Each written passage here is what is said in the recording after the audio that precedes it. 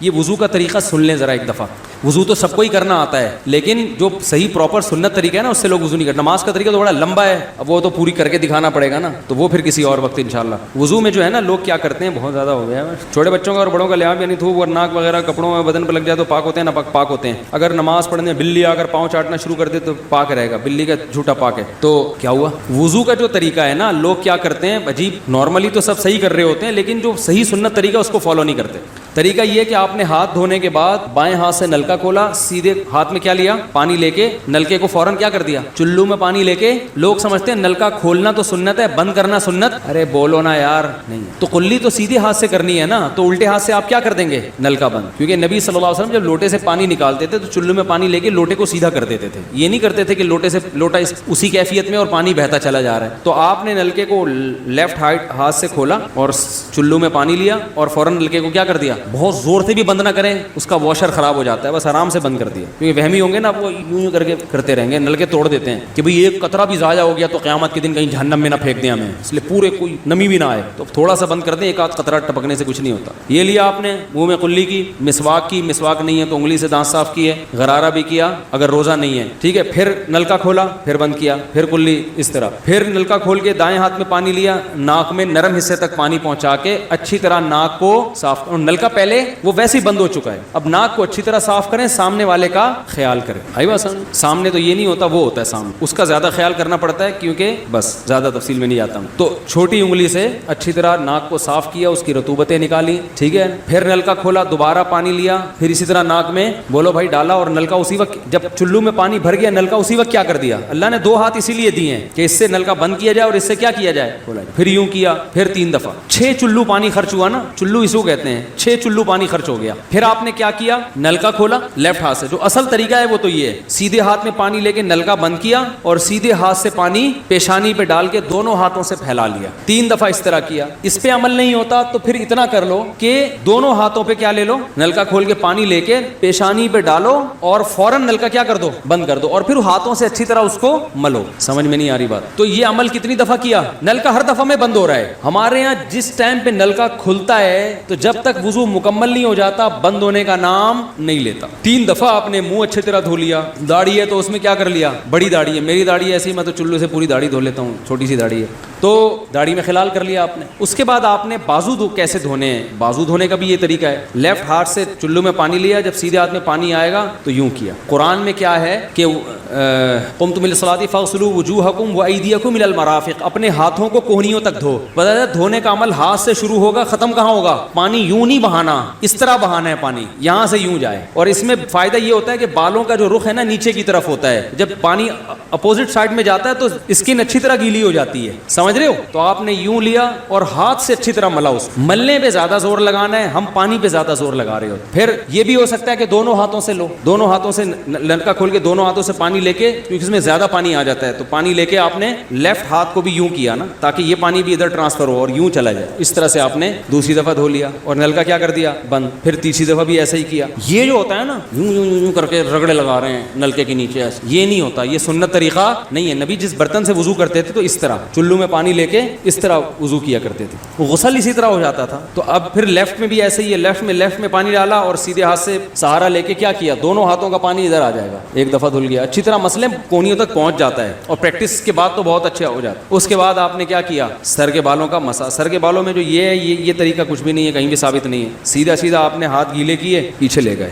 ایک حدیث میں صرف یہاں تک آتا ہے, ایک حدیث میں واپس لانا بھی. تو دونوں طریقے ہیں مسا کے, صرف پیچھے لے جاؤ یا پیچھے لے جا کے پورے سر پہ ایسے ہاتھ پھیر لیا, کیا ہو گیا, سر کا مسا. پھر انگلیوں کا, وہ کانوں کا, الاذنان من الراس, حدیث میں آتا ہے کان کس میں سے ہیں, سر میں سے. کیا مطلب, اس کے لیے نیا پانی لینے کی ضرورت نہیں ہے, کان کا مسا کیا اور کانوں کی لو کا مسا کیا. گردن کا مسا بہت اختلاف ہے اس میں, احناف کے ہاں سنت, احناف بھی نہیں کہتے, افضل ہے, بہتر ہے. سنت کے لیے جتنی مضبوط دلیل ہونی چاہیے وہ گردن کے مسا پہ نہیں ہے, اس لیے احناف کا بھی فتویٰ یہی ہے کہ بہتر ہے کر لو, سنت نہیں, زیادہ اس کو مستحب کہا جائے گا. تو گردن کا مسا کر لیں تو بھی ٹھیک ہے, نہیں کریں بولو بھائی ٹھیک ہے. لیکن یہ جو یہاں کا مسا نہیں ہوتا, بعض لوگ پوری گردن کو یوں کر کے لا رہے ہوتے ہیں, ایسا نہیں ہے. تو گردن کا مسح یہ جو یہاں سے کیا جاتا ہے، یہ پچھلے جانب سے ہمارے حضرت اس کے قائل نہیں تھے، وہ کہتے تھے مسح جہاں بھی شریعت میں ملتا ہے یہاں سے ملتا ہے. تو ان کی رائے یہی تھی کہ اگر گردن کا مسح کرنا ہے تو گدی، گردن نہیں گدی کا مسح وہ یہاں سے کر لے. لیکن یہ کوئی نہ سنت موقدہ ہے نہ کوئی زیادہ تاکید ہے اس کی، کوئی کرے ٹھیک ہے، نہیں کرے تو بھی ٹھیک.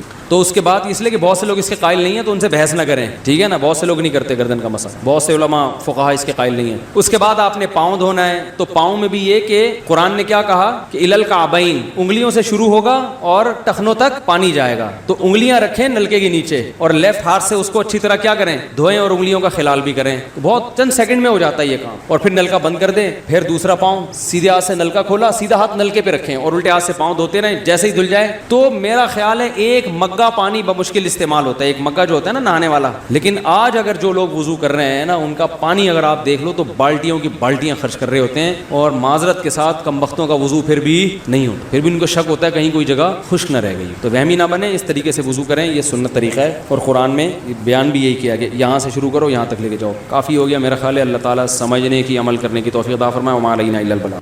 تو الحاقہ یعنی الذی تحق، یعنی وہ چیز جو ثابت ہو کے رہی. تو اس میں موصول کا ترجمہ ہوتا ہے وہ چیز سے. جاء آیا میرے پاس، الذی وہ شخص، اکل طعاما جس نے کھانا کھایا تھا، یا جلس معک جو تمہارے ساتھ بیٹھا تھا. تو الذی کے معنی میں ہوتا ہے یہ الحاقہ، وہ چیز جو ثابت ہونے والی ہے. ملحاقہ، تمہیں کیا پتا وہ کیا چیز ہے جو ثابت ہونے والی. یہ قرآن کا انداز ہے کہ جب کسی چیز کی ویلیو کو، اہمیت کو دل میں بٹھانا ہوتا ہے تو عربوں کا یہ انداز تھا کہ اس کے بارے میں سوال قائم کرتے تھے. تمہیں پتا ہے وہ کیا چیز ہے. وما ادراک ملحاقہ، تمہیں کیا معلوم کہ وہ ثابت ہونے والی چیز کیا ہے. یعنی ایک ایسی چیز جس کا واقع ہونا 100% یقینی ہے، تمہیں کیا پتا وہ ہے کیا. یعنی وہ بہت بڑی چیز ہے، تمہاری عقل سے بالا تر ہے. پھر آگے اللہ اس کو ایکسپلین کرتے ہیں کہ آؤ ہم بتاتے ہیں کہ وہ دہشت ناک چیز جو یقیناً واقع ہو کے رہے گی وہ ہے کیا. کذبت ثمود وعاد بالقارعہ، قوم سمود اور قوم عاد نے جھٹلایا تھا اس کھٹکھٹانے والی چیز کو، یعنی جو کانوں کو کھٹکھٹائے گی، نوک کرے گی. جب ہم کسی کو نوک کرتے ہیں تو بیدار کر دیتے ہیں اس کو. تو قیامت کا جو زلزلہ ہوگا نا، وہ انسانوں کو ہلا کے رکھ دے گا،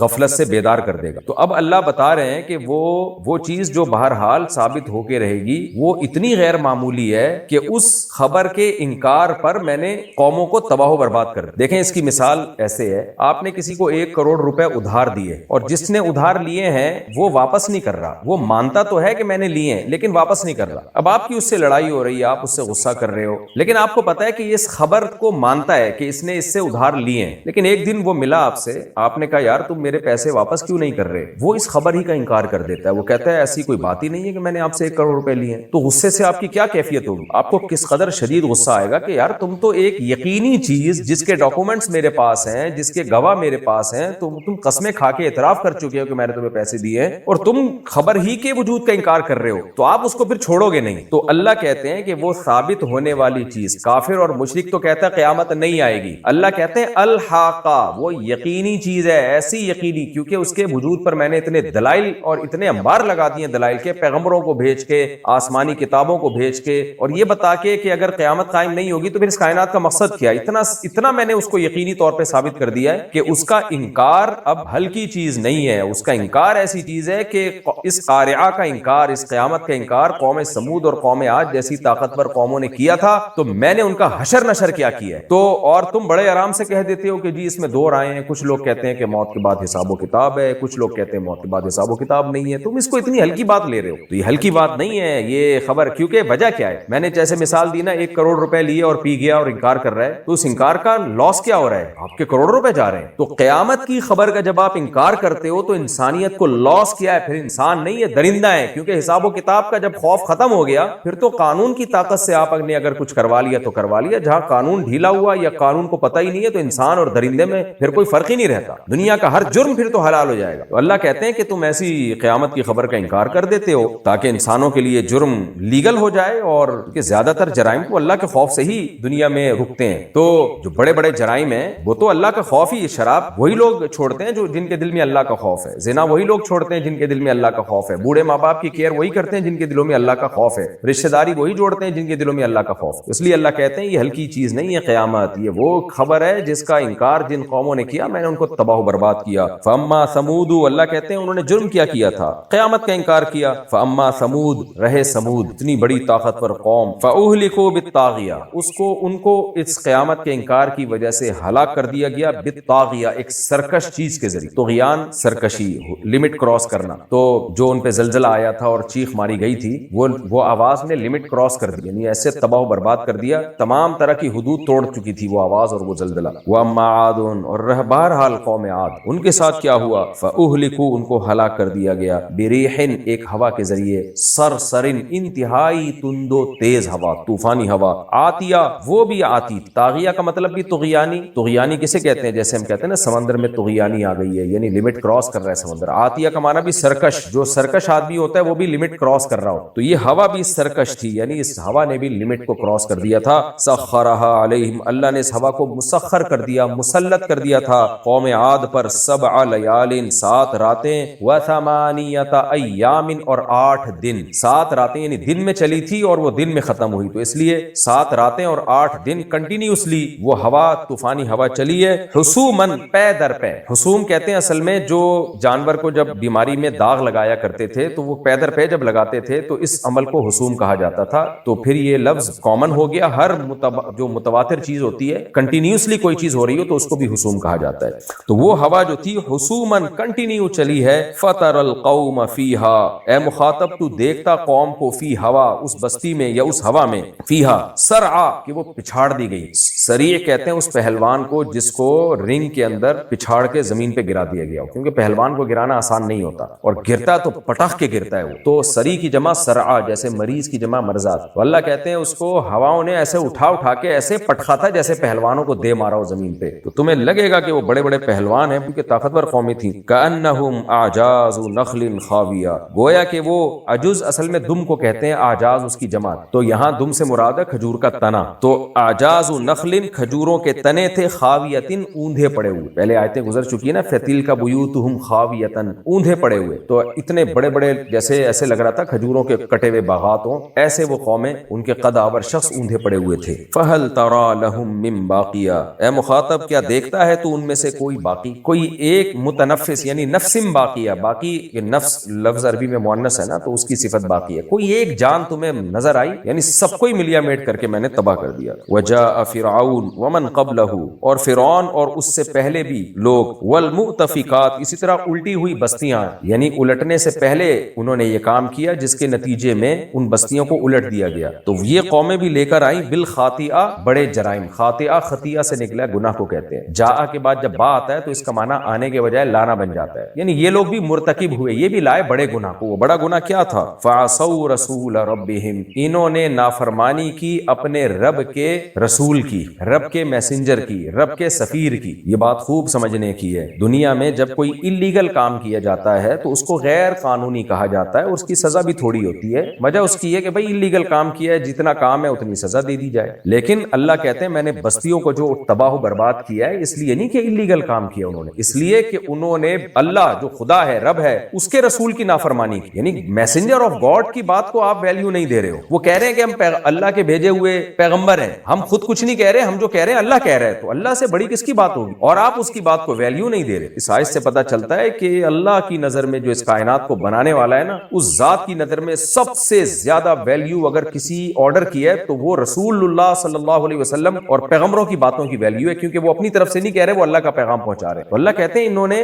پیغمبروں کی باتوں کو ویلیو نہیں دی، ان کا انکار کیا، نافرمانی کی. فاخذہم، اللہ نے پکڑ لیا ان کو، اخذتن، ایک بار پکڑنا، رابیتن، بہت بڑا پکڑنا. تو بہت بڑی پکڑ میں اللہ نے ان کو پکڑ لی. تو وہ بڑی بڑی پکڑ کیوں تھی؟ اس لیے کہ بھائی وہ تم جو ہے نا نارمل آدمی کی یا کسی ریاست کی مخالفت نہیں کر رہے، تم خدا کے بھیجے ہوئے پیغمبروں کی مخالفت کر رہے ہو. اور مخالفتیں بھی کس بیس پہ؟ فرعون نے کس بیس پہ مخالفت کی؟ کہ یہ مسکین ہے، ان کے مسکین ہونے کو دیکھ رہا ہے، بنی اسرائیل میں ہونے کو دیکھ رہا ہے، ان کے اس پہلو کو نہیں دیکھ رہا کہ یہ میسنجر آف گاڈ ہے. اس سے بڑا دنیا میں کسی کے پاس کوئی مقام نہیں ہو سکتا. انا لما طغى الماء، بے شک ہم نے جب پانی نے سرکشی کی، یعنی نوح علیہ السلام کے دور میں، حملناکم، ہم نے تمہیں سوار کیا تھا، فی الجاریہ، کشتی میں. اللہ نے ہم کو سوار کیا تھا. سوال وہی پیدا ہوتا ہے، ہم تو نہیں تھے اس وقت. بھائی ہمارے باپ دادا کو سوار کیا تو ہم بھی تو ان کی پشت میں تھے. آج وہ سوار نہ ہوتے، یعنی کل وہ سوار نہ ہوتے تو آج ہم پیدا ہی نہ ہوتے. تو جو جو بچے ہوئے لوگ تھے اللہ نے ان کو کشتی میں سوار کر کیا اور نوح علیہ السلام کی پھر آگے نسل چلائی، تو ہم بھی اسی وجہ سے بچے ہیں، اس لیے اللہ نے ہماری طرف نسبت کی، ہم نے تم کو سوار کیا کشتی میں، لِنَجْعَلَهَا لَكُمْ تَذْكِرَةً، تاکہ ہم اس کشتی کو بنا دیں تمہارے لیے نصیحت۔ تم جب یہ واقعہ سنا کرو، آسمانی کتابوں میں پڑھا کرو، تمہیں نصیحت ہو کہ بھائی ہمارے باپ داداؤں نے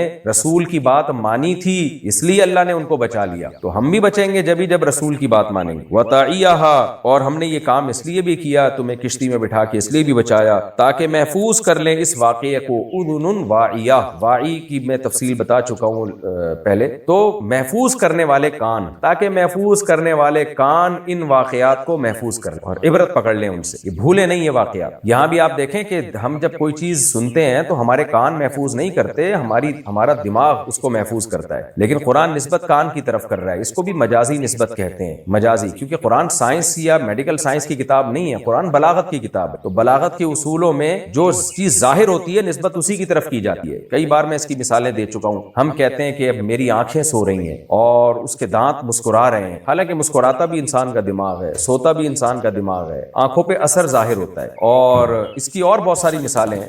آنکھیں رو رہی ہیں نا، آنکھیں بہہ رہی ہیں تو آنسو بہہ رہے ہوتے ہیں، حالانکہ تو اس سے قرآن کا مزاج سمجھیں کہ قرآن جو ہے وہ بلاغت کی کتاب ہے، اس کے آیتوں کو ایک دم پورا اس کا ظاہری مطلب لے کے سائنس پہ فٹ کرنا شروع کر دینا یہ ٹھیک نہیں ہے۔ وَتَعِيَهَا أُذُنٌ وَاعِيَةٌ، تاکہ ان واقعات کو محفوظ کرنے والے کان محفوظ کر سکے۔ فَإِذَا نُفِخَ فِي الصُّورِ نَفْخَةٌ وَاحِدَةٌ، بس جب سور میں پھونکا جائے گا، ایک ہی مرتبہ میں پھونکنا، یعنی ایک زوردار سور میں جب پھونک ماری جائے گی ایک دفعہ میں، وَحُمِلَتِ الْأَرْضُ، اور زمین کو اٹھا لیا جائے گا، وَالْجِبَالُ، اور پہاڑوں کو بھی، فَدُكَّتَا، ان دونوں کو اٹھا کے، اٹھانے کا مطلب یہ ہے کہ اپنی جگہ سے ہلا دیا جائے گا، فَدُكَّتَا، دونوں کو توڑ دیا جائے گا، کوٹ دیا جائے گا، دَكَّةً وَاحِدَةً، ایک ہی وہلہ میں، ایک ہی دفعہ میں، اتنا زوردار زلزلہ آئے گا کہ ایک ہی دفعہ میں توڑ پھوڑ کے سب کو برباد کر دیا جائے گا۔ فَيَوْمَئِذٍ، پس جس دن ایسا ہوگا، وَقَعَتِ الْوَاقِعَةُ، ہو جائے گی وہ چیز جس نے واقع ہونا ہے، یعنی وہی جو الحاقہ، جس کا ہم نے اس سورت کے شروع میں تذکرہ کیا کہ واقع ہونے والی چیز، ثابت ہونے والی چیز، اللہ کہتے ہیں اس دن وہ واقع ہونے والی چیز ہو جائے گی۔ وَانشَقَّتِ السَّمَاءُ، اور آسمان پھٹ جائے گا، فَهِيَ يَوْمَئِذٍ، پس جس دن ایسا ہوگا اس دن یہ آسمان واہیہ، بالکل بودا ہو جائے۔ واہیہ کا لفظ اردو میں، یہ لفظ آپ نے سنا ہوگا کہ کیا واہی تباہی بک رہا ہے، کیا واہیات بک رہا ہے، تو یہ عربی سے ہی آیا ہے۔ محدثین جب جرح کرتے ہیں کسی راوی پر تو بعض دفعہ یہ لفظ استعمال کر کہتے ہیں واہن جدن، یعنی واہیون تھا اصل میں، تو پڑھا جاتا ہے واہن، جیسے داعیون کو پڑھا جاتا ہے داعن، تو واہن کا مطلب یہ ہے کہ یہ ریلائبل راوی نہیں ہے، ذمہ دار راوی نہیں ہے، واہی مطلب ایسے ہی بھی کچھ نہ کچھ بول دیتا ہے یہ، تو یہ بھی جرح کا ایک، جرح جب کسی پہ کی جاتی ہے تو اس کی ایک ٹرم میں، جیسے کسی کو ضعیف کہا جاتا ہے، کسی کو کذاب کہا جاتا ہے، کسی کا کہا جاتا ہے کہ ضبط اس کا ناقص ہے، یعنی الفاظ میں گرفت اس کی مضبوط نہیں ہے حدیث کے الفاظ میں، تو اس طرح واہن کا لفظ بھی استعمال کیا جاتا ہے، تو واہیہ بالکل بودا ہو جائے گا۔ والملک علی ارجائها، اور فرشتے ہوں گے آسمان کے کنارے پر، ویحمل عرش ربک، اور تیرے رب کا عرش اٹھائیں گے، فوقہم، اوپر کی جانب سے، یعنی فرشتوں نے نیچے سے اوپر کو اٹھایا ہوا ہوگا، یومئذ، جس دن یہ ہولناک واقعات ہوں گے، ثمانیہ، آٹھ نے اٹھایا ہوا ہوگا فرشتے، یعنی 8 سے مراد وہ 8 فرشتے۔ حدیث میں آتا ہے کہ اللہ کے عرش کو 4 فرشتوں نے اٹھایا ہوا ہے، تو جب قیامت قائم ہوگی اور اللہ حساب و کتاب کے لیے آئیں گے تو 8 فرشتوں نے اللہ کا عرش اٹھایا ہوا ہوگا۔ یہ تمام باتیں ہمیں سمجھانے کے لیے ہیں،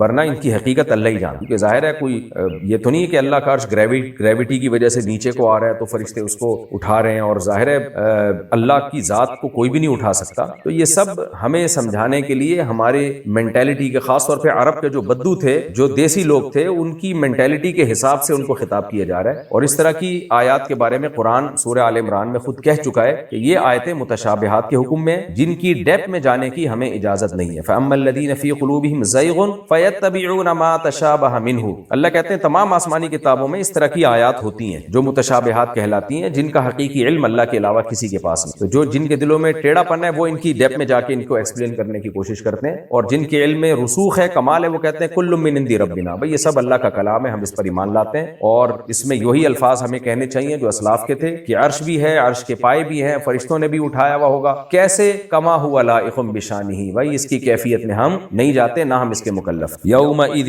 تعرضون، جس دن ایسا ہوگا، تعرضون، تم سب پیش کیے جاؤ گے اللہ کے دربار، یہ ہوگا تو دوسرے سور کے بعد، لیکن اللہ نے اس کو نفخہ اولا کے بعد اس لیے ذکر کر دیا کہ دوسرا نفخہ بھی تو نفخہ اولا کا کے نتائج میں سے ایک نتیجہ ہوگا نا، یعنی جب کائنات کو توڑ پھوڑ دیا جائے گا تو اس کے بعد دوبارہ جب لوگوں کو زندہ کر کے حساب و کتاب لیا جائے گا تو یہ رزلٹ ہوگا اسی توڑ پھوڑ کا. تو اس لیے اللہ نے کنٹینیو جو دوسرا حشر ہے اور پہلی تباہی ہے دونوں کو ایک ساتھ اللہ تعالیٰ نے ذکر کر دیا. یومئذ تعرضون، جس دن تم لوگ پیش کیے جاؤ گے اللہ کے سامنے، لا تخفى منکم خافیہ، نہیں چھپی ہوگی تم سے کوئی چھپنے والی چیز، سب کچھ تمہارے سامنے ہوگا، یعنی تمہارے اعمال. فاما من اوتیا، اما کا لفظ ہے بہرحال، یعنی مہما یکن شیء من الاشیاء، یہ اس کی ترکیبی عبارت بنتی ہے جو صرف نحو کے طلبہ ہیں وہ سمجھتے ہیں کہ کچھ بھی ہو جائے، اردو میں ہم اس کو کہتے ہیں بہرحال، یعنی زمین آسمان ادھر سے ادھر ہو جائے لیکن یہ ہو کے رہے گا، یہ مطلب ہے. من اوتیا کتابہ بیمینی، وہ شخص جس کو اس کا اعمال نامہ دائیں ہاتھ میں دے دیا گیا، فیقول، وہ کہے گا ہا تنبیہ کے لیے، اقرؤ،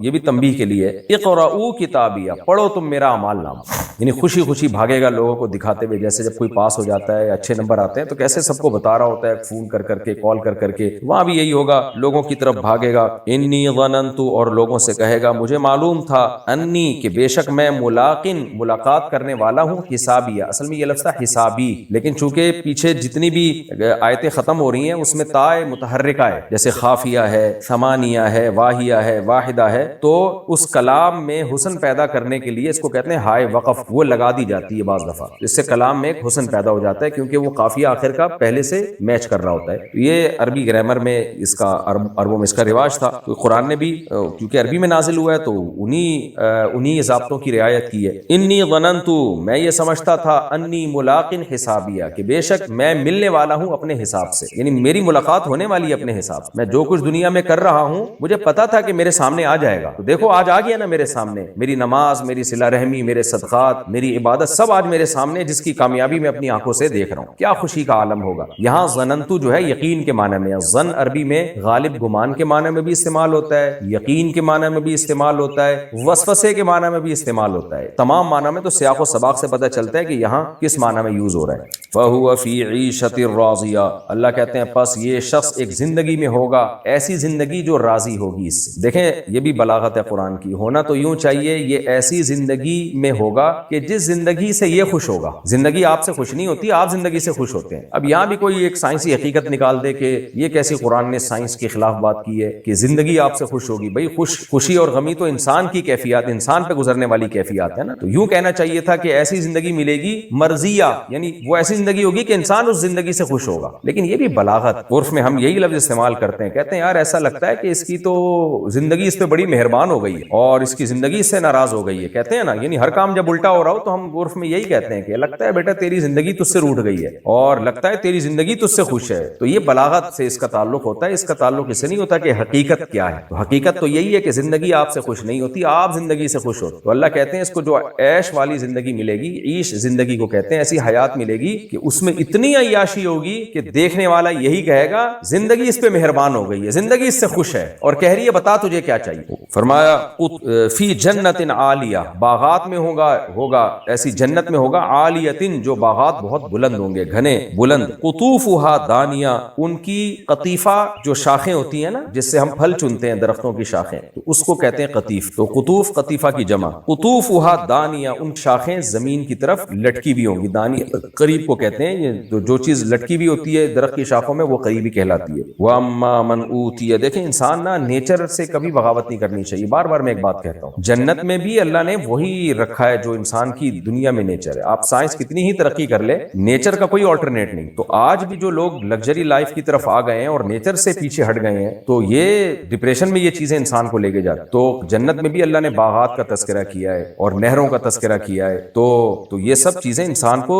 ذہنی سکون دینے کے لیے ضروری ہیں. فرمایا کلو وشربو ہنی ان، کہا جائے گا کھاؤ اور پیو، ہنی ان رج کر، بما اسلفتم، ان اعمال کے سبب جو تم نے پیچھے بھیجے ہیں، یعنی تم پیچھے چھوڑ کر آئے ہو، جو اعمال تم کر کے آئے ہو، فی الایام الخالیہ، ان ایام میں جو گزر چکے ہیں، گزرے ہوئے ایام میں جو تم نے اچھے اعمال کیے ہیں ان اعمال کا بدلہ یہ ہے کہ کلو وشربو ہنی ان، کھاؤ بھی اور پیو بھی رج، کوئی بیماری کا خطرہ نہیں ہے، کوئی بدہضمی کا خطرہ نہیں ہے اور کوئی روک ٹوک کا خطرہ نہیں. وَأَمَّا مَنْ أُوتِيَ كِتَابَهُ بِشِمَالِهِ، اور بہرحال وہ شخص جس کو اعمال نامہ دیا گیا اس کے بائیں ہاتھ میں، فَيَقُولُ يَا لیتنی، وہ کہے گا ہائے کاش، لم اوتا، نہ دیا جاتا میں، کتابیہ، میری کتاب، اصل میں یہ بھی کتابی تھا، ہا جو ہے یہ وقف کی ہا ہے، کتابیہ میرا اعمال نامہ، کاش مجھے یہ اعمال نامہ نہ دیا جاتا، ولم ادری، اور میں نہ جانتا، ما حسابیہ، کیا ہے میرا حساب، یا لیتہا، ہائے کاش، ہا سے مراد وہ سے مراد وہ جو پہلا نفخہ تھا یا پہلی موت تھی، کانت القاضیہ، ہوتی وہ چکا دینے والی، قصہ تمام کر دے، قاضی جو قصہ تمام کر دے، قضا یقضی کا معنی تمام کر دینا بھی ہوتا ہے، تو کاش وہ تمام کر دینے والی ہوتی، یعنی وہ موت مجھے مٹی کر کے کاش ختم کر دیتی، میرا دوبارہ جنم نہ ہوتا، ما اغنا عنی مالیا، نہیں فائدہ پہنچایا مجھے، نہیں کام آیا میرے، مالیا میرا مال، زیادہ تر مالدار لوگوں میں یہ برائیاں ہوتی ہیں تو اس لیے اللہ نے اس کے مال کا تذکرہ کیا، اکثر غریب لوگ دین کی طرف زیادہ ہوتے ہیں، تو ما اغنا عنی مالیا، نہیں فائدہ پہنچایا، نہیں کام آیا میرا مال، ہلک عنی سلطانیہ، جو میری سلطان تھی، سلطان سے مراد میری پاور، میرا دبدبا اور میری حکومت، یہ جو بھی جس کو اللہ نے جتنا اثر رسوخ اور طاقت دی ہے، ہلک عنی، وہ بھی مجھ سے ہلاک ہو گیا، نہ آج میرا مال کام آ رہا ہے اور نہ میرا روب اور دبدبا کام آ رہا ہے، خذوہ، پکڑو اس کو، یعنی اللہ تعالیٰ فرشتوں کو حکم دیں گے، فغلوہ، غلہ یا غلو اس کی میں تفسیر پہلے بتا چکا ہوں، اس کے گردن میں توق ڈال دو تاکہ جکڑ لیں اس کو، ثم الجحیم، پھر جہنم میں، صلوہ، اس کو پھینک دو، ڈال دو، ثم فی سلسلۃ، پھر ایک ایسی لڑی میں، ایسی زنجیر میں، ذرعھا، جس کی ذرع جو لمبائی ہے 70 ذراعا، 70 گز ہو، فاسلکوہ، اس کو اس زنجیر میں داخل کر دو، یعنی اس زنجیر سے اس کو باندھ دو۔ اب علماء نے لکھا یہ 70 گز کون سے ہیں، دنیا کے ہیں، آخرت کے ہیں، بہرحال اللہ ہم کو جہنم کی آگ سے محفوظ رکھے۔ انہ کان لا یؤمن باللہ العظیم، اتنی سزا سخت کیوں دی جا رہی ہے اس کو؟ اس لیے کہ یہ وہ شخص تھا جو اس اللہ پر جو عظمت والا ہے اس پر ایمان نہیں لاتا تھا، یہ کہتا تھا میں خود سے بناؤں، اتنے بڑی ذات کا اس نے انکار کر دیا۔ انکار میں دونوں چیزیں داخل ہیں، اللہ کے وجود کا انکار کر دینا یا اس کے وجود پر ایمان لانا لیکن غیروں کو اس کے ساتھ شریک کر دینا، کیونکہ ایسا ایمان اللہ کی نظر میں معتبر نہیں ہے۔ فرمایا اللہ پر ایمان نہیں لاتا تھا، ولا یحض علی طعام المسکین، اور مسکینوں کو کھانا کھلانے کی ترغیب بھی نہیں دیتا تھا، یعنی خود تو کسی کو کیا کھلاتا، اس میں تو انسان کے پیسے خرچ ہوتے ہیں نا، ترغیب بھی دیتے ہوئے اس کی جان نکلتی تھی۔ میں نے بار بار بتایا اس میں کہ قرآن جب بھی اچھے اور برے لوگوں کا تذکرہ کرتا ہے تو یا تو انتہائی درجے کے اچھے لوگوں کا یا انتہائی درجے کے برے لوگوں کا۔ سارے کافر ایسے نہیں ہوتے، بہت سے کافر نہ صرف یہ کہ ترغیب دیتے ہیں بلکہ کھلاتے بھی ہیں، لیکن کفر پہ جو نتیجہ مرتب ہوتا ہے نا وہ بخل ہے۔ اگر کسی کافر میں کنجوسی نہیں ہے تو وہ ماحول کی وجہ سے یا کسی اور وجہ سے اس کو بہت زیادہ کسی نے سخاوت کی ترغیبیں دی ہیں، اس کا اثر ہوا ہے اس کے اوپر، ورنہ کفر جب آپ آخرت کا انکار کرو گے تو کوئی خیر نہیں آپ کے اندر ہوگی۔ اگر کوئی خیر ہے تو اس کا کوئی الگ سے کوئی وجہ ہوگی، نارملی کفر میں خیر ہو نہیں سکتی۔ اس لیے قرآن کافر بھی اعلیٰ درجے کے کافر کا تذکرہ کرتا ہے تاکہ بیچ کے لوگوں کو پھر خود قیاس کر لیں ہم کہ جس میں اچھائیاں زیادہ ہوں گی وہ اچھائی کی طرف چلا جائے گا، جس میں برائیاں زیادہ ہوں گی وہ برے لوگوں میں اس کا شمار ہوگا، بشرطے کہ وہ مومن ہو۔ تو اللہ فرماتے ہیں وَلَا يَحُضُّ عَلَىٰ طَعَامِ الْمِسْكِينِ، یہ خود تو لوگوں کو کھانا کیا کھلاتا، دوسروں کو کھلانے کی ترغیب بھی نہیں دیتا تھا۔ آج بھی آپ نے دیکھا ہوگا بہت سے سیکولر لوگ کہتے ہیں بھائی اپنا پیسہ، اپنا مال، اپنی ذات، بچے نہیں کم وقت پیدا کر رہے کہ ان کو کھلانا پڑے گا، تو ان کے غریبوں کو کھلانے کی کیا حیثیت؟ کوئی ارب پتی آدمی لاکھوں روپے خرچ کر کے غریبوں کو کھلا رہا ہے تو اس کی سخاوت سے متاثر نہ ہو، وہ بہت مالدار ہے۔ سخاوت یہ ہوتی ہے کہ آپ کی جیب پہ کوئی اثر پڑے جب آپ سخاوت دکھاتے ہیں، تو یہ جذبہ اللہ نے اہل اسلام کو دیا ہے۔ تو ان کافروں نے اپنے بچے پیدا کرنا بند کر دیے کہ ان کو کھلانا پڑے گا، تو اس سے بڑی کنجوسی دنیا میں کیا ہوگی؟ اس لیے اللہ مثال دے رہا ہے کہ یہ جو آخرت کا انکار ہے نا، اس پر جو چیزیں مرتب ہوتی ہیں، جو مسلمان ہے جو آخرت پر یقین رکھتا ہے وہ بچے بھی نہیں روکتا، وہ کہتا ہے کوئی بات نہیں، کھلانے والا اللہ ہے، میری جیب سے بھی کچھ خرچ ہو جائے گا تو اللہ کی مخلوق پہ ہی خرچ ہو رہا ہے، اس کا دل بڑا ہوتا ہے۔ اس لیے اللہ جہاں کافر کا تذکرہ کرتے ہیں اس کی کنجوسیوں کا تذکرہ بھی کرتے ہیں۔ تو اسی وجہ سے جو مسلمانوں میں سیکولر لبرل لوگ ہیں جو پراپر وے میں اسلام کو فالو نہیں کرتے، یہ کنجوسیاں ان میں بھی ہیں۔ میں بھی سفر کے دوران ایک تاجر سے ملا، کروڑ پتی تاجر اور نمازی بھی ہے، اس کا ایک بیٹا۔ میں نے کہا قدرت کی طرف سے ایک بچہ ہوگا، مزید اولاد نہیں ہوئی ہوگی؟ کہتے ہیں نہیں، میں نے ایک کے بعد اولاد روک لی۔ کیوں روک لی بھائی؟ کہہ رہے میں چاہتا ہوں میری ساری جائیداد کا والی وارث ایک ہی ہو، کوئی شریک نہ ہو۔ یہ حساب ہے یعنی بخل اور کنجوسی کی آپ انتہا دیکھو کہ اپنے بچے پیدا نہیں کر رہے کہ بھئی مجھے ان کے زیادہ کو کھلانا پڑے گا، اور کوئی بات نہیں بس میں مروں تو ایک والی وارث ہو تاکہ ساری جائیداد ادھر چلی جائے۔ یہ سوچ بن چکی ہے۔ تو میں نے کہا یار تم نمازی ہو لیکن تم سے اچھا وہ بے نمازی ہے جس میں اتنی کنجوسی تو نہیں۔ تو اصل میں تو یہ نماز کا لیبل تو لگا ہوا ہے، لیکن یہ کہ نماز اس کو اللہ کا قرب نہیں دلا رہی ہے، کیونکہ ایک نماز ایک فارمیلٹی پوری کرنے کے لیے بس وہ کر رہا ہے کہ اسلام نے ایک آرڈر دیا تو بس آرڈر کو پورا کرو۔ بھائی اسلام کی روح کیا ہے؟ اسلام کی روح تو اللہ پہ توکل سے شروع ہوتی ہے کہ آپ اللہ پر ایمان رکھیں، ایمان لانے کا حق ہے۔ اس لیے اللہ نے جو سیکولر لبرل لوگ ہیں جو اسلام کو نہیں مانتے ان کی کنجوسیوں کا ذکر قرآن بہت زیادہ کرتا ہے, اور جو اللہ کو حقیقی معنی میں مانتے ہیں ان کی سخاوتوں کا ذکر بھی قرآن ہر جگہ کرتا ہے. تبھی آپ دیکھیں نا قرآن سورہ سجدہ میں کیا کہتا ہے دوسرے رکوع میں کہ ہمارے نیک بندے راتوں کو تہجد پڑھتے ہیں اور وَمِمَّا رَزَقْنَاهُمْ يُنْفِقُونَ, جو رزق ہم نے ان کو دیا اس میں سے خرچ کرتے رہتے ہیں. نماز اور سخاوت یہ دونوں ساتھ ساتھ. جس نماز میں سخاوت نہیں ہے اس کا مطلب اس نماز میں کوئی سقم بہرحال ہے کہ وہ اللہ پر وہ توکل کی بیس پہ وہ نماز نہیں پڑھی جا رہی جس توکل کا اللہ نے حکم دیا ہے. تو اللہ پہ ناقص ایمان ہے. اس لیے اللہ فرماتے ہیں وَلَا يَحُضُّ عَلَىٰ طَعَامِ الْمِسْكِينِ فَلَيْسَ لَهُ الْيَوْمَ هَاهُنَا حَمِيمٌ, بس نہیں ہے اس شخص کے لیے آج کے دن کوئی جگری دوست. حمیم گرم کھولتے ہوئے پانی کو کہتے ہیں, گرم دوست کو بھی کہتے ہیں. گرم کا مطلب جو آپ کے لیے دل میں بہت محبت کے جذبات رکھتا ہو. تو ایسا محبت والا آج کوئی دوست نہیں. اصل میں تو کہنا یہ ہے کہ کوئی بھی دوست نہیں ہے, لیکن قرآن نے اعلیٰ درجے کے دوست کا تذکرہ کیا کہ جب اعلیٰ درجے کا دوست بھی تمہارا کام نہیں آئے گا تو ادنی درجے کے کہاں سے کام آئیں گے. ولا طعام, اور آج کوئی کھانا نہیں ہے اس کے لیے, کیونکہ کھانا ہی نہیں کھلاتا تھا نا غریبوں کو, کھانا نہیں کھلاتا تھا بلکہ دوسروں کو ترغیب بھی نہیں دیتا تھا, کنجوسی سوسائٹی میں پروموٹ کر رہا تھا. تو آج تجھے بھی کھانا نہیں ملے گا. ملے گا تو کون سا کھانا؟ الا من غسلین, زخموں کا دھواں. جب زخم کو پانی وغیرہ سے یا دوا سے دھویا جاتا ہے تو جو گند نکلتا ہے نا اس گند کو غسلین کہا جاتا ہے. یہ غسل سے نکلا ہے, غسل دھونے کو کہتے ہیں نا, تو یہ اسی سے نکلا ہے کہ جب زخم کو صاف کیا جاتا ہے تو جو گند نکلتا ہے. تو صدید کہتے ہیں پیپ کو. تو قرآن میں غسلین کا بھی تذکرہ ہے, صدید کا بھی, کہ زخموں کی پیپ بھی پلائی جائے گی ان کو اور زخموں کا جو پانی ہے وہ بھی پلایا جائے گا. تو مفسرین لکھتے ہیں یہاں حقیقی پیپ یا حقیقی پانی مراد نہیں ہے, بلکہ مقصد یہ ہے کہ جو کھانا ان کو وہاں کھلایا جائے گا یا پلایا جائے گا اس کی کیفیت وہی ہوگی جو زخموں کی پیپ کی ہوتی ہے. اس سے گھن اور متلی اور اسمیل اور بدبو اور بذائقہ بالکل ویسی ہو. تو یہ مطلب نہیں ہے کہ زخمیوں کو لا کے پھر ان کے پیپ نکال کے ان کو پلایا جائے گا, بلکہ وہ کھانا ایسا ہوگا جیسے زخموں کا جو پیپ کا جو گند ہوتا ہے یا زخموں کو دھونے کے بعد جو گند نکلتا ہے. اللہ ہم سب کو محفوظ رکھے. لا یاکلہ الا الخاطئون, یہ کھانا وہی کھائیں گے جو گناہگار لوگ ہیں, جنہوں نے اس نوعیت کے جرائم کیے ہوئے.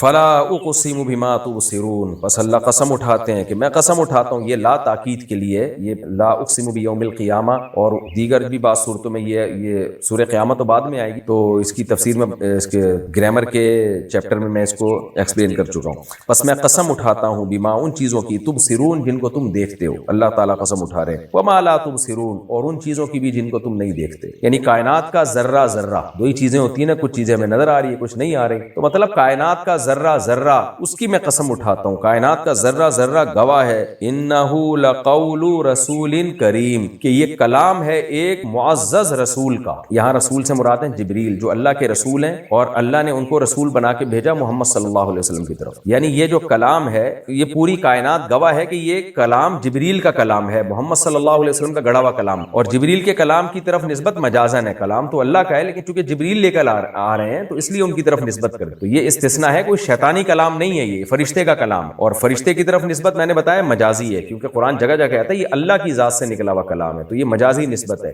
تو نسبت کا مقصد یہ ہے کہ جو مشرکین کہتے تھے معاذ اللہ یہ شیطانی کلام ہے, جنات آپ کو یہ الہام کر کے القا کر کے جاتے ہیں, تو نہ اللہ نے فرمایا نہ یہ فرشتہ القا کر کے جا رہا ہے. اللہ کا کلام ہے جو اللہ نے جبریل کو بتایا, اور جبریل نے جا کے محمد صلی اللہ علیہ وسلم کے دل پہ اس کلام کو نازل کیا. تو یہ کائنات کا ذرہ ذرہ کیوں گواہ ہے؟ اس لیے گواہ ہے کہ یہ کائنات کا ذرہ ذرہ بتاتا ہے کہ اس کائنات کو کوئی بنانے والا ہے, اور اس نے اس کائنات کو بے مقصد نہیں بنایا. اگر آپ قرآن کو نکال دیتے ہیں اور کہتے ہیں یہ اللہ کا کلام نہیں ہے, اس کا مطلب پھر اللہ نے کیوں بنایا, اللہ ہم سے کیا چاہتا ہے؟ یہ تو قرآن میں ہی پتہ چلتا ہے ہمیں, اور تو کوئی ایسی کتاب نہیں ہے جو قرآن کی ٹکر کی ہو. یہ کائنات بتا رہی ہے. آپ جب ڈیپ میں جا کے غور کریں گے تو یہ خود گواہی دے گی. بھائی پھر خدا کا بندوں سے کنیکشن کیسے ہوگا, کیسے پتہ چلے گا پھر خدا نے انسان کو بنایا کیوں؟ تو قرآن ہی واحد کتاب ہے جو آپ کا اور اللہ کا جو آپس میں آپ کو اللہ کے ساتھ کنیکٹ کرتی ہے, ورنہ تو پھر اس کائنات کو کوئی مقصد ہی نہیں باقی بچے گا. تو اس لیے اللہ کہتے ہیں اگر تم غور کرو گے نا تو تمہارا دل یہ گواہی دے گا کہ بھائی کوئی ہے جس نے بنایا, اور کوئی ہے جو ہم سے کلام بھی کرتا ہے, ہمیں بتاتا بھی ہے, تو وہ تو قرآن ہی کے ذریعے. اگر قرآن کو غلط کہتے ہیں تو پھر کون سی کتاب ہے صحیح ہے بھائی, پھر کون سا کلام ہے؟ اللہ فرماتے ہیں وما هو بقول شاعر, یہ کسی شاعر کا کلام نہیں ہے جیسے وہ نبی کو شاعر کہتے تھے. قلیلا ما تؤمنون, تم بہت تھوڑا ایمان لے کر آتے ہو. کیا مطلب نہیں لاتے ایمان؟ یہ بھی کسی کی نفی کرنے کے لیے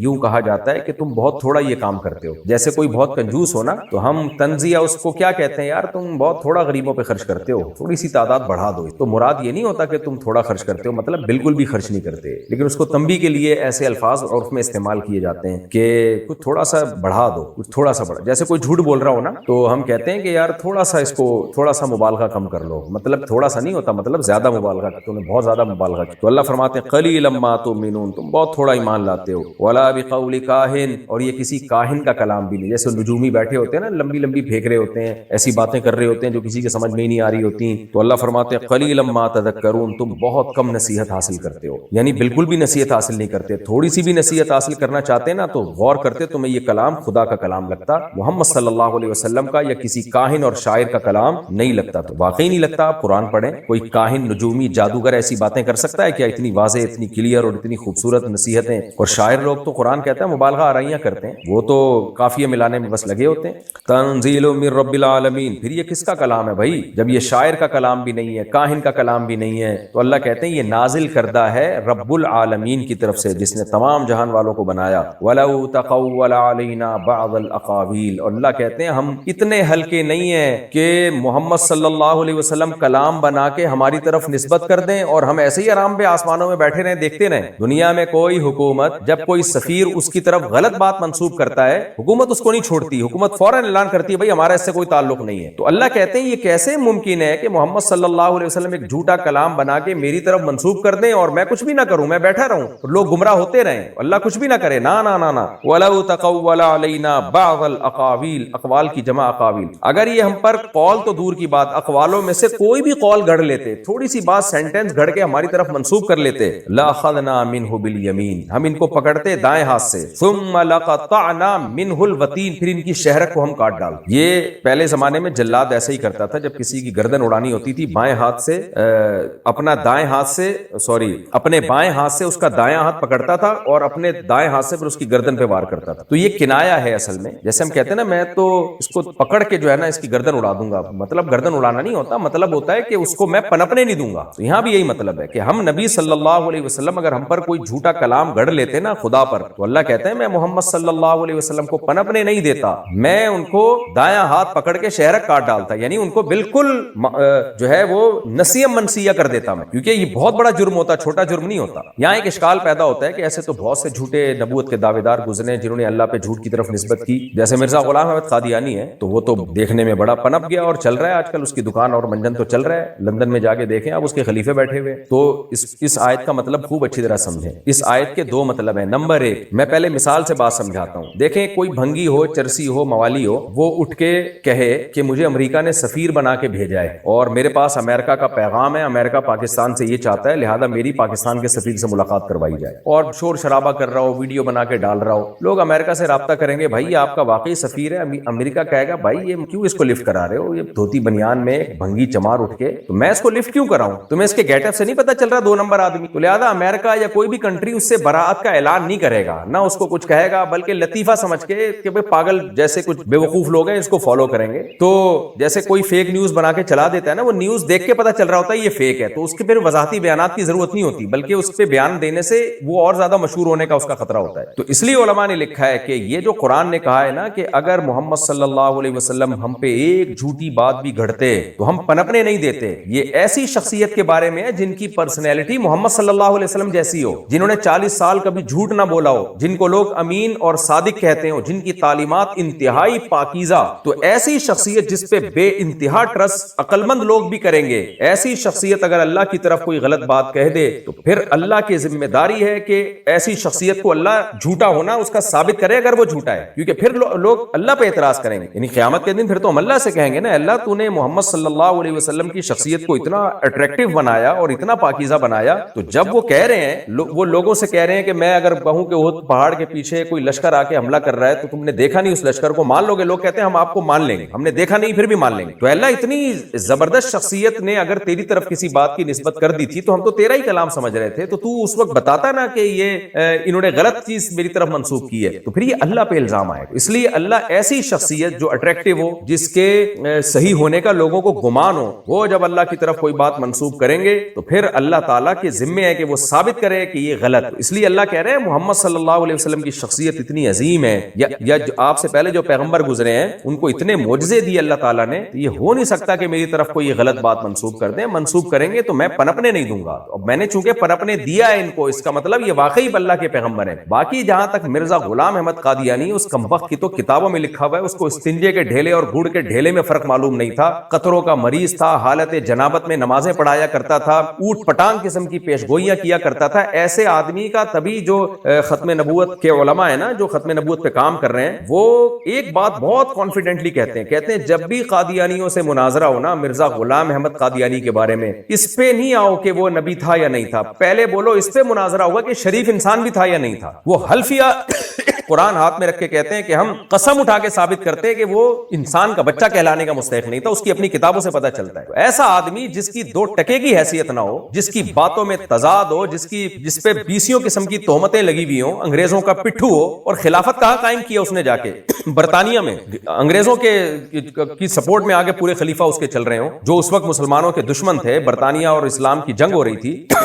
ایسے آدمی اگر اللہ کی طرف کوئی بات منسوب کرے تو جو اس کو صحیح مانے گا وہ خود بہت بڑا بے وقوف. اس لیے یہ آیت مرزا غلام احمد جیسے لوگوں کے بارے میں نہیں ہے جن کا کردار ہی غلط تھا, یہ آیت ان لوگوں کے بارے میں جن سے لوگوں کو غلط فہمی ہو سکتی ہے. اور واقعی جو عزت دار لوگ ہوتے ہیں, جن کے بارے میں لوگ ان پر اعتماد کرتے ہیں اور ان کی سیرت بہت کامل ہوتی ہے, وہ آج بھی اگر کوئی الٹی بات کرتے ہیں نا تو اللہ ان کو پکڑتا ہے. دوسرا اس سے یہ بھی مراد ہے کہ علماء نے لکھا ہے کہ جھوٹے نبی کو اللہ پنپنے نہیں دیتا, اس آیت سے بھی پتہ چلتا ہے. تو یہ مرزا غلام احمد پہ پوری صادق آتی ہے, اللہ نے پنپنے نہیں دیا ہے. 100 سال ہو گئے مرزا غلام احمد قادیانی کو, اس کا دعویٰ یہ تھا کہ محمد صلی اللہ علیہ وسلم کے دین کو سپورٹ کرنے کے لیے آیا ہوں, اور کم وقت کے لوگوں کو خود سپورٹ کی ضرورت, خود امریکہ اور برطانیہ سے مدد لے کے. آج امریکہ اور برطانیہ اپنا ہاتھ ہٹا دیں تو 2 ٹکے کی حیثیت نہ رہے ان لوگوں کی. تو یہ کیا بات ہے کہ آپ کی مدد کے لیے جو بندہ آیا ہے وہ خود 20 لوگوں کی مدد کا محتاج ہے. تو وہ اتنا بڑا اس کا ایک جھوٹا ہونا ثابت ہوا اپنے دعووں میں. وہ دعویٰ یہ کرتا ہے کہ میں آیا ہوں ذلی نبی ہوں اور محمد صلی اللہ علیہ وسلم کے دین کو دنیا میں غالب کرنے کے لیے آیا ہوں. اور غالب تو کیا کرتا, مکہ مدینہ بھی ابھی تک اس کے ہاتھ میں نہیں. تو اسلام کے مرکز سارے ہمارے کنٹرول میں,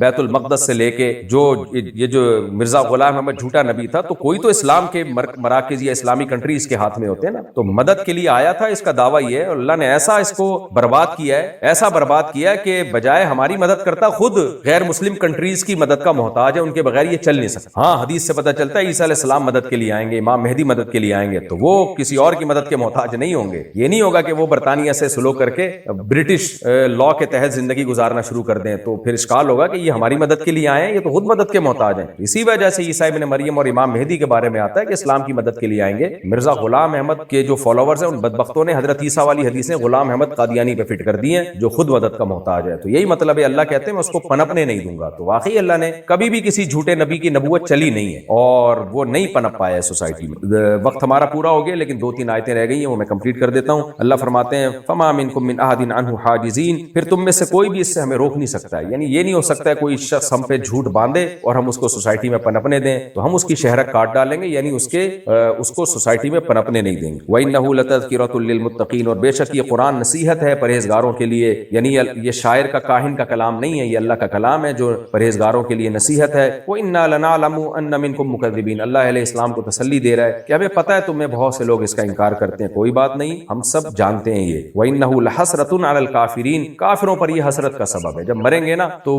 پھر پتہ چلے گا کہ وہ کیا نقصان کر کے آئے ہیں. وَإِنَّهُ لَحَقُّ الْيَقِينِ, یہ یقینی برحق کلام ہے. فَسَبِّحْ بِاسْمِ رَبِّكَ الْعَظِيمِ, پس اے نبی اور نبی کے واسطے سے تمام اہل اسلام کو خطاب ہے کہ آپ اپنے رب کا نام جو عظمت والا رب ہے اس کی پاکی بیان کیجئے اور اس کی عظمت اور تعریف بیان کیجئے. حدیث میں آتا ہے اجعلوہ فی رکوعکم, یہ جو سبح باسم ربک العظیم ہے اس تسبیح کو رکوع میں پڑھا کرو. تبھی ہم رکوع میں سبحان ربی العظیم پڑھتے ہیں. اور سبح اسم ربک الاعلی جب نازل ہوئی تو نبی نے فرمایا اس کو اجعلوہ فی سجودکم, اس کو سجدے میں پڑھا کرو. تبھی ہم سبح اسم ربی سبحان ربی الاعلی پڑھتے ہیں سجدے میں. ہماری سورہ الحاقہ مکمل ہو گئی. انشاءاللہ اگلے ایپیسوڈ میں ہم سورہ معارج شروع کریں گے, یعنی 29ویں پارے کا رکوع نمبر 7 اور سورہ معارج کا رکوع نمبر 1. اللہ تعالیٰ سمجھنے کی عمل کی توفیق عطا فرمائے. وما علینا الا البلاغ.